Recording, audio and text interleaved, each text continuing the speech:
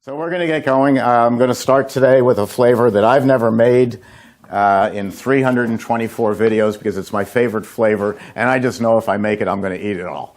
I'm going to risk it, and we're going to make it anyway. So I've come up with a recipe that I'll pass out to you, and if you'll pass those around.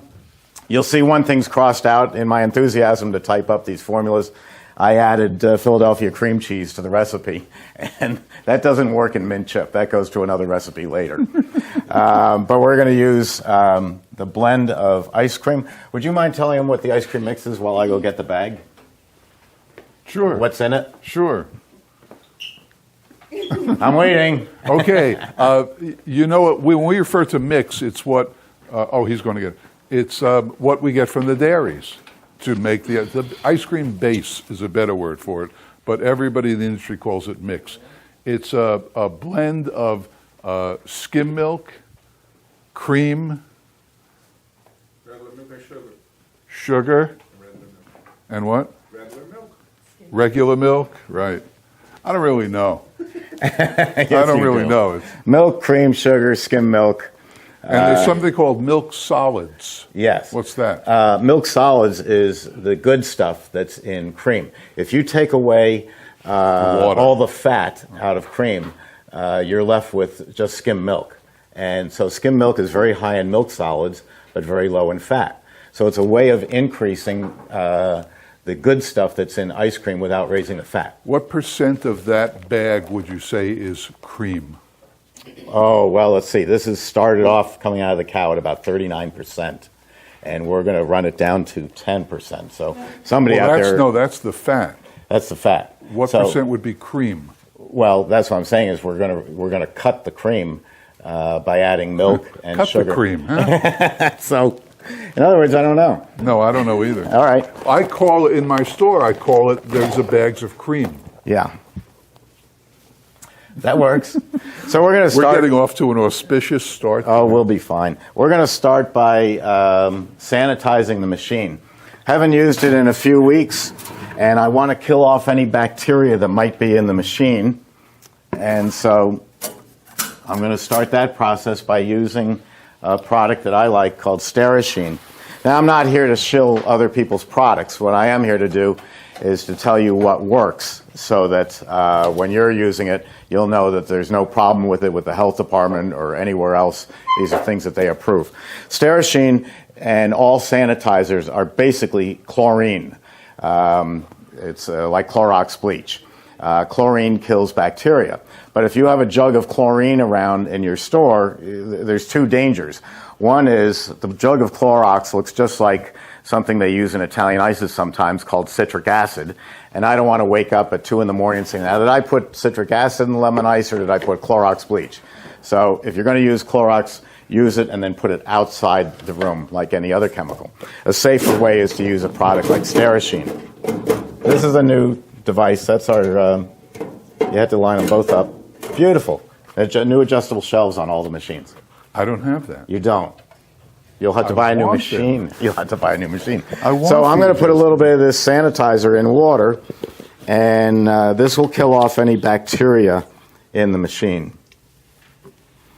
And there are directions that you can read and follow and know exactly how much water and how much sanitizer to use, but I'm not good at following directions, so I just kind of guess at it. But I'm not going to use a whole lot. It's very potent. And I need a spatula. Here we go. We got lots of those. And this is all just to kill the bacteria off. And I'll show you the insides of the machine while this is sanitizing. A little trick I learned from Jeff, you can squeeze these containers to make your own funnel. Make sure the gate is closed, because otherwise the water is going all over the floor.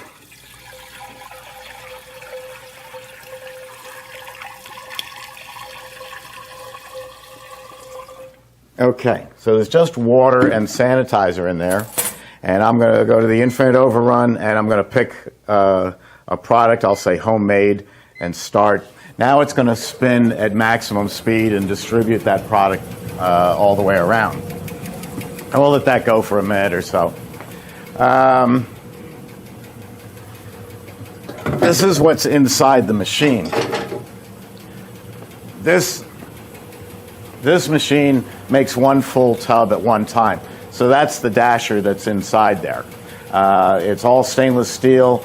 These are Delrin blades. They're the only plastic I'm aware of that is FDA approved for food machines. And our unique design that since it's spring loaded, as the blades wear over the next 5 years, because you don't have to change them for 5 or 6 years, they'll still push against the walls as if they were brand new. This is the 24. You can see it's twice the size. And we make a 12, 24, 44, and then the smaller machines. Not to make a cheap sales pitch, but the price difference between this machine and this one is only $2,000. So in your future plans, this one might not even make sense. Jeff uses this one because for $2,000, you're either cutting your labor in half by making twice as much, or you're cutting your freezing time in half because they both run in 8 minutes, but this one's going to make 2 tubs. So I'll pass these around. You can see I have 2 bars of stainless steel on there just to hold the blades from going flying. So I'll pass these around, but if I hear a whoops, don't worry about it. I know that you took the plastic safety bars off and they went flying. But that's the 24. Grab it by the stainless steel. There you go. And it'll give you an idea of the weight and strength of these machines. So this is now sanitized. When we make ice cream today, you're going to see us turn off the refrigeration switch and keep it spinning. That's to push the ice cream out. Ice cream is thick at that point and it's going to flow out very nicely. Right now, it's just water in there. And if I open this, the front row is going to get a bath like Shamu the whale at SeaWorld because the water will come flying out because it's so loose. So turn off the water, turn off the spinning, and just drain that out. Could I have another, about that much of just plain water? Thank you. Now, I'm going to keep this water. This is sterile water, and I'm going to put my spatulas in it, and I'm going to keep it off to the side because anything that's going to come in contact with the ice cream, my hands, I can just go like that, and now my hands are more clean than they were. They're sanitized. Notice the gate is open. You're going to do this sometime. You're going to be pouring dairy product into the machine or Italian ice, and it's going to go all over the floor, and you're going to use curse words about me that nobody's ever heard before because the machine is leaking, and it's not leaking. The fact is the gate is still open, so close the gate. And I'll just set this aside over here so that when I need a sterile spatula, I've got one ready to go. And I'm just going to run, that's good. I'm just going to run a short rinse through this because I did not measure how much Sterashine I used. If you read and follow the directions properly, you don't have to rinse afterwards. But I just want to make sure there's no residue in there. You don't want mint chocolate chips or oxidation? No, I don't. And when we build the machine, when it's on level ground, we have built a slight pitch into the barrel. Thank you. We've built a slight pitch into the barrel so that it's going to drain everything out completely. And that just does a slosh around for a second or two.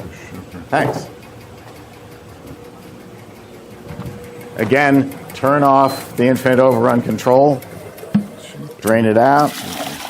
Now, if we don't open this door and put our hands in there, we can make ice cream now for the next 20 hours if you wanted to. If we're going to take an hour break for lunch, I would re-sanitize. But other than that, you can just go batch after batch after batch, theoretically, if you wanted to. Yes? Do you clean it in between batches? Like if you make chocolate and then you go to strawberry? Okay. I'm having a hard time finding that. Like what happens in between each different flavor? We don't have a microphone in the audience yet, which we will be getting by August. So I'm going to repeat the question, and that is, do you have to clean between flavors? What you do is you plan your production so that you start off with a light flavor and work down. And you're never going to make just one batch of something. You're not going to do all this prep to say, okay, I'm going to make a batch of vanilla today. You're probably going to make 3, 4, 5 batches of vanilla. So think about it logically. I'm running vanilla in the machine, and then it's going to come out. So nothing else is in the machine but vanilla. So if I want to make, say, butterscotch swirl is vanilla ice cream, and Jeff's going to show you a technique. He's adding butterscotch as it comes out. So the finished product is butterscotch swirl, but he's never contaminated the machine. And so you can do butterscotch swirl, you can do cherry swirl, you can do all these different things, and you've never contaminated the machine. Get to you in a sec. Next thing will be fruit flavors. You said strawberry. So I'll make strawberry. Now I've put half my strawberries in here, and the other half as it's coming out. That's my technique. And I've now contaminated the machine with strawberry. So after strawberry, it discharges virtually almost everything, but you are going to have a coating of some ice cream on some of the parts. So I've got some strawberry in there. So maybe next I'll make red raspberry. They're both berries. The red raspberry is a little bit darker, so if a tiny bit of strawberry gets into the red raspberry, you'll never notice. From there, I can make Bordeaux cherry, which is darker, and then I can go to black raspberry. So I've made all those flavors without having to rinse the machine. If I start with chocolate and then go to vanilla, now I've got to rinse the whole machine out, which is only going to take me 2 or 3 quick rinses, maybe 4 minutes at the most. 5 minutes. Well, go ahead. We disagree on rinsing the machine. Okay. I think I go by ingredients, not by color of the mix. I don't want errant chocolate chips falling into an ice cream that doesn't have chocolate chips. But as far as chocolate and vanilla, I have no problem making chocolate and then going to a white flavor, chocolate chip or whatever, because the amount that's left, these machines, I'm not selling his machines, but they're so efficient that you get like 95, 98% of the stuff out of it. So if you think about 10 quarts of mix going into the machine and a cup of chocolate that's still in there, you don't even see it. But if I went from vanilla to from vanilla to chocolate, then it would be 100% clean. Well, of course, you'd go from vanilla to chocolate, but there's nothing wrong with going from chocolate to strawberry. Okay, that's good to know. You had a question. What about fat content buildup on the barrel? What content? What building up? Fat content. The question is, what about fat content building up on the barrel? Assuming that your mix is pasteurized and homogenized, you're not going to get any fat buildup on the walls in any batch freezer, whether it's mine or a Capajani or some Chinese machine. And also, they're scraping. It's scraping off the wall. So no, you won't get a fat buildup. If you have a raw ice cream mix, which is not been homogenized. Homogenization is when you take the cream out of the cow and you ram it through a series of screen doors, and each one is a little bit finer, and so it breaks down the fat globules. As long as your product, and that's the way it comes from a dairy, if that's been done, you're never going to have a fat buildup of any kind. Using raw dairy, yes, you'll get little balls of fat at the higher speeds. But no, that's a non-starter. That's not a problem. So let me put some dairy product in here. The recipe calls for 5 quarts of mix. And this term mix is an awful term. It's a blend. The cow was milked at 4 o'clock yesterday afternoon. The dairy product was collected and brought over to the dairy, the processing plant, and they literally separate it. They use a machine called a separator, and they separate it into cream, whole milk, low-fat milk, and skim milk. And then the dairy reblends it so that it is then a certain percentage of fat, the one that you want to buy. Did I do it okay? You did a beautiful job. Years of experience. Make sure the gate's closed. I like to flip up the safety guard. So I'm going to put this in. And I like to have something underneath here at all times. And I'm blind in one eye, and I never spill. Except today. Now, the trick is so you don't spill. Don't rest your container on the lid. Raise it up a little bit, and then you won't spill.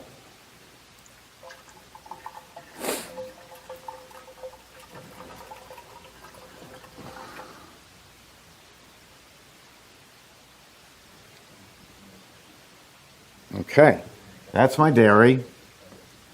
You know what? I'm going to use this natural mint flavor. This is a company called Green Mountain Flavors. Stan Sitton is the president. And Green Mountain Flavors has developed all natural colors and ingredients. Back in the Stone Age, when Jeff and I were growing up, we used red dye 40, yellow 17, green 6. These are all pure chemicals. And quite frankly, the people here in this audience, compared to the millennials coming along today, they're far more savvy than we were about what they're eating. You know, we're the ones who invented this 3-second rule. You know, if it drops on the ground, you got 3 seconds to get it. They just wouldn't do that. So a mother walks in, and sometimes it's perceived notion. What's the word? The optics of it. Mother walks in, she's in her 30s, and she's got a 2-year-old in the stroller, and there is a blood red cherry Italian ice, or if you look at the videos, my Sharknado Italian ice, and she won't buy it because she knows that's red dye 40, and I'm not going to give my child red dye 40. Oh no, ma'am, that's not red dye 40. That is a red dye made from concentrated beets. Beets are the reddest thing in nature. And this company, Green Mountain Flavors, condenses down the beets, gets rid of the taste, the flavor, and makes a red color that is absolutely beautiful, but it's all natural. And when you explain that to the customer and say, oh, no, that's made from beet juice, well, you've just won them over forever, because it just puts a shine on your whole business that says, wow, they really do care about it, right down to the food coloring. So Jeff said, I don't need color today for my mint chip, but I just can't see eating mint chip without green color. And the way he does it here, maybe someone in the audience can pronounce this. It's Spirulina. It looks like spirulina. Is it? Okay, spirulina extract, whatever he said. And this is all from plants. So this is an all-natural color. I think that's really exciting because I do like colors. I made one mistake. I'm going to take a little bit of mix out because the concentrated mint flavor is so strong that I don't want to waste it pouring it into the machine and just having a little bit of this concentrate just on the metal. I'll take that. Oh, you're going to use that. I'm going to just use this to mix it. So it calls for 3 teaspoons of the emulsion. And let me just shake it. It doesn't say you have to shake it, but let's do it. Taking a walk on the wild side. You bet. New flavor for me. Okay, it's as thick as molasses. Here's one. No, that wasn't one. It wasn't? It wasn't enough? No, that was a half. Okay, then we'll go for more. 2. Jeff is really big on flavor. 3. A little more? I think so. All right, whole another one? No, that's good. That's good? But you got to now mix it in there so it. Yeah. Okay. I know you can't see this, but there really isn't a lot to see. It's beige. And now it's going to be green, right? Mm-hmm. Really green. Really green. So let's put the green in, too. How much green? 3 ounces. So let's try a little less. Do you have an ounce container over on the right there? Yes. 3 ounces. Let me move this. Okay. Boy, this is thick stuff. Yeah. 3. You'll never get it out of there. Why don't we estimate it? It's only color. It's pretty strong. I can estimate. Oh, you mean 3 you can't get it You'll out of never here? get it out of there. 6 tablespoons. Okay. You want to do it? Sure. Okay. 1, 2. See, Jeff, you're going to find out, makes 3 tried and true recipes that he knows are going to come out. When I do these classes, I experiment. I always do things I've never done before. That's why we have this. Yeah. Let's try 5. Calls for 6, though, right? Don't worry about it. It's only color. Well, let's just see how this looks in this little bit. See, it's not going to be very much color. No, add a little more. All right. Oh, look at you going hog wild now. How the times are a-changing, Yes, huh? they are. Okay, let's get this show going. It's going to be very pale. Well, then that'll be nice. We'll have a compromise.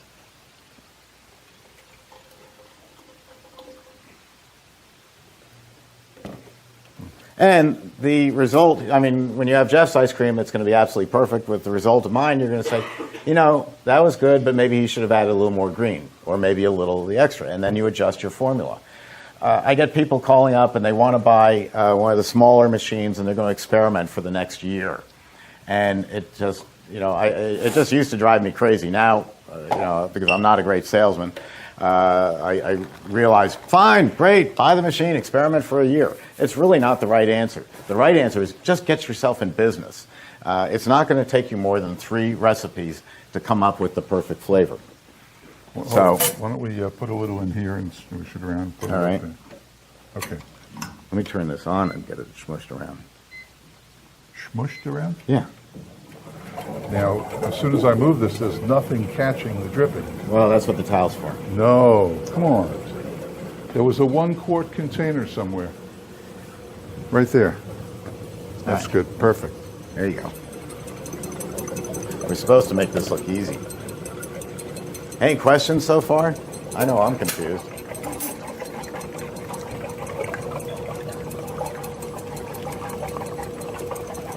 So, Where's that so spatula? far, everything is all natural. Where's that spatula? Right down there. Oh, it's beautiful. Is the Green Mountain flavor based out of Vermont? Very good question. No, they're in No. Oswego, Illinois. Yes. Who knows where Oswego is? I don't. But no, you would think with a name like Green Mountain. Okay. Now let me just show you about the infinite overrun control. This is something I invented 14 years ago, and we have sold. Every machine that we make now has had it for the last 14 years. On it, I can make any product in the world because the only difference besides fat content or ingredients is the air content. So if you take,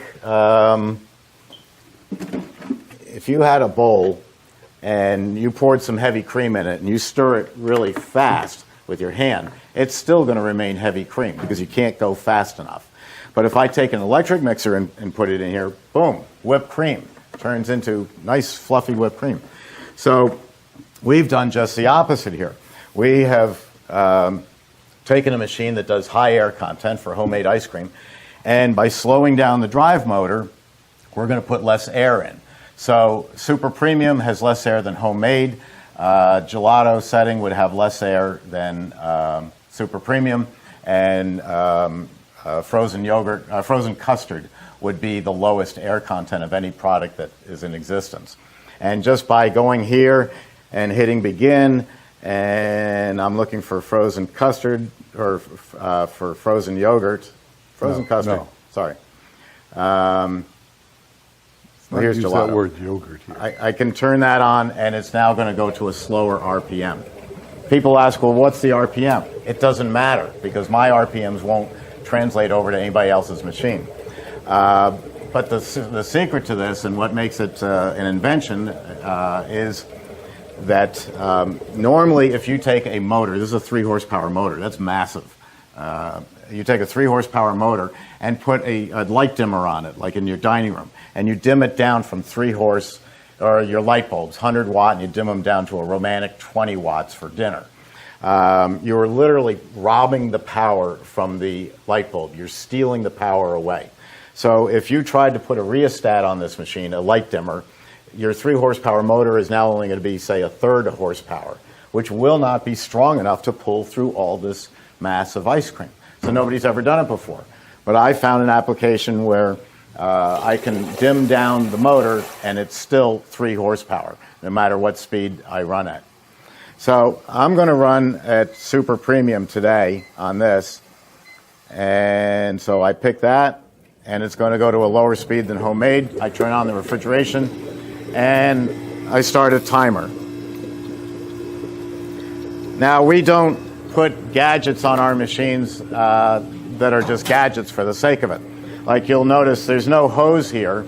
All the other companies have a hose. Well, there's a problem with the hose. It's only cold water, and if you've ever dropped an egg on the floor or cream and tried to clean it up with cold water, you know you're going to be there all day long. You need hot water. And also, that little hose here will only reach to here. Well, what if I spill on top here? Or what if I spill down here? It's not going to reach it. So why put a $300 addition onto the machine when it's not going to be viable? It's a whole lot easier just to get, it just disappeared, a gallon of hot water and pour it into the machine. We don't put a timer on the machine. Companies that have timers on it really don't know how to make ice cream. I noticed that when Paula bakes a cake, she sets the timer, say, for 23 minutes. And then she goes off and does other things. If you were making ice cream, you'd be doing like Jeff. You'd getting your water ready, you're cleaning your utensils. You got other things going on. When the timer goes off, Paula goes back to the oven and says, oh, okay, it looks like a cake, pulls it out and sticks a fork in it. If the cake sticks to the fork, it's not ready, and she gives it another 2 or 3 minutes. So her timer of 23 minutes was an approximation of how long it takes to make a cake. We have an approximation of 8 to 10 minutes, depending on the flavor. And do I have everything in here? No. So I don't put timers on because the higher the sugar, and this is the important point, the higher the sugar content of a product, the longer the freezing time. Dairy ice cream is very low in sugar and very high in fat. Italian ices are no fat, but all sugar, very high in sugar. So Italian ices take, depending on the machine, 14 to 18 minutes to make a batch because of the high sugar content. Well, go right ahead. Just pour them right in. If I had a machine with a timer that always shut off at 8 minutes, I'd always have perfect vanilla. But I've seen these machines. We've done side-by-side operations at trade shows, and their salesman has to go over and just kind of turn the timer back on because he knows the ice cream isn't ready. So it is not an exact science, neither is baking. And anybody who tries to mechanize that part doesn't understand the mechanics of making ice cream. So we use and also if you have a timer on the machine, like in the Cappigiani, it's tied to the entire machine. So if the timer goes down, it takes down the whole machine. Now you're out of business. It's Saturday night, your timer broke. Not the machine, the timer broke, and your whole machine is out of business.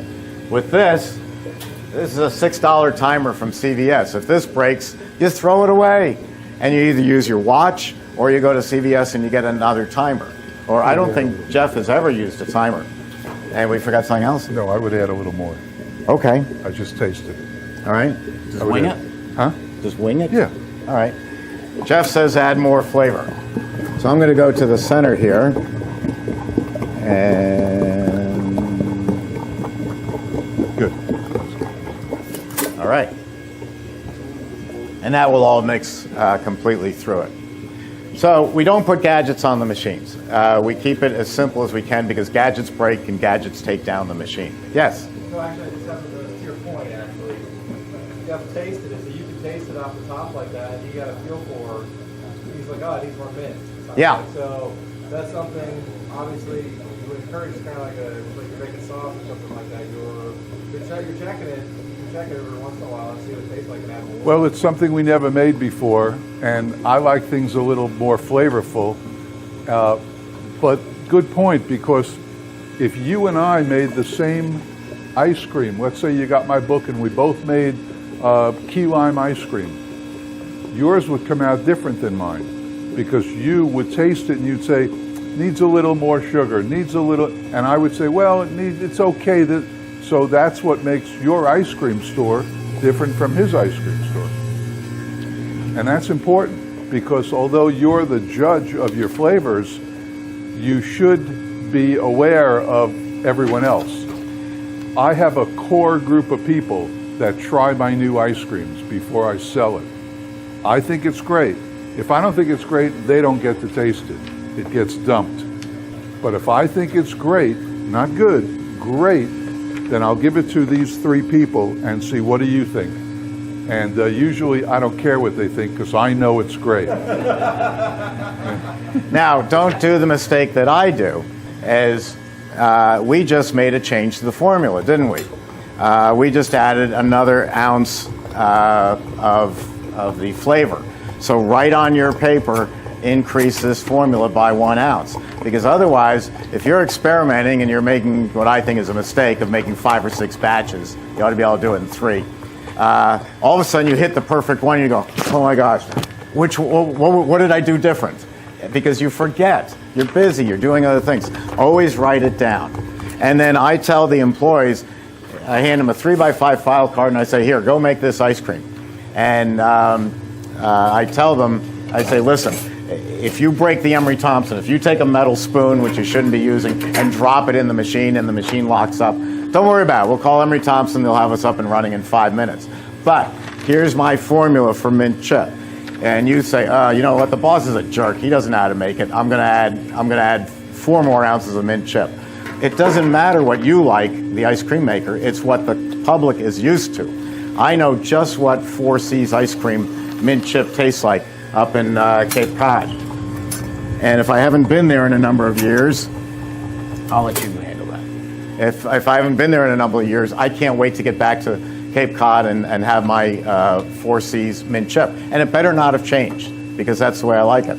So we always tell people, if you break the machine, don't worry about it. You're not going to lose your job.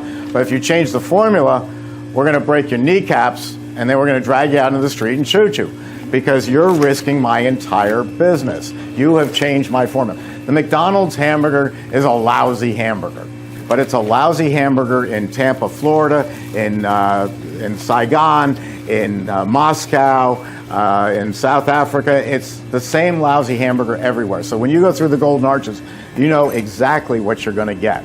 And we want people to know that when they go up to your ice cream parlor, that's exactly the mint chip the way I remember it, unless you, the boss, change it. So making those fine changes is very important, and then stick to it. We don't have a scoop. We have... Okay. How close are we? We're all right. We'll use this for now. I brought that out to you. Okay, we'll use both. Try to give out small portions, because this is for me. Yes? So I have a quick question. So do you recommend, you're talking about having a breakout with it. Do you have an extra set of blades? Would you recommend having that? Because obviously, how easy, like if you lose that machine, that's your business. So if something happens, someone drops a spoon in there and screws up your blades. How much do you recommend, or how often does that happen? Have an extra set of blades? Nobody's dropping a spoon in the machine. Yeah, the question, because other people couldn't hear it on the video, is would you keep spare parts around in case you lose something? Some pieces, yes. The little springs that push the blades out, I would keep them. Anybody here own a Glock? Okay. Anybody who's ever cleaned a Glock has got holes in their ceiling, because when they took the Glock 9mm apart, or the 45, the spring came off and went boom right up into the attic. He's smiling because he's had it happen. So I would keep the springs on hand. The blades are going to last 5 years, and I don't think you're going to lose them. I would probably keep an extra front gasket, because that might get thrown out in the wash. But otherwise, you're looking at maybe $50 worth of spare parts. I don't have an extra set of springs. I'm just saying, you know. Yeah, maybe you should. Okay, now Jeff is using the infinite overrun control to speed it up to maximum to help push the product out even faster. See how fast that comes out? We want to get the product out fast. Other machinery takes forever to get it out, and that's bad, because then your first product will weigh heavier than your last. And we want, again, consistency. If you were broiling a steak and it's medium rare after 8 minutes, and you start to pull it out of the oven, and you take one slice out, and then one slice out, and then one slice out, by the time you get all that steak out, the steak's going to be well done, because you took so long getting it out. We got that out in less than 30 seconds. How's it look? Looks good. I'm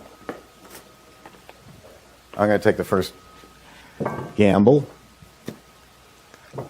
Okay, come on up, have some. Oh, it's delicious. I could have even gone for more mint. How do you like the color? Well, I would have liked it white. Okay. Very little.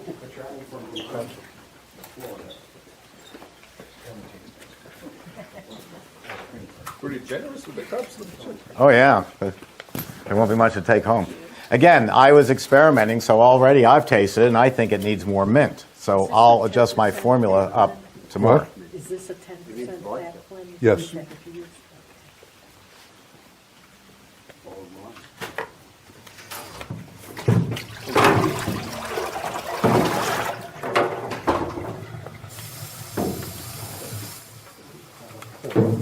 What? A quarter of that you just gave him. Okay, give me a quarter. What are you making next, Jeff? M&M Italian Ice. So I don't really have to rinse it out except for the color. I don't have to worry about Well, chips. there's mint in there. Yeah, we'll get the mint out. That color, actually, that's not a bad color. I like it. That's not bad. I think it's a pretty color, but I would like a little stronger flavor. I think the worst thing you can do in making ice cream is you hand someone a pale pink ice cream and they say, "Oh, that's delicious. What is it?"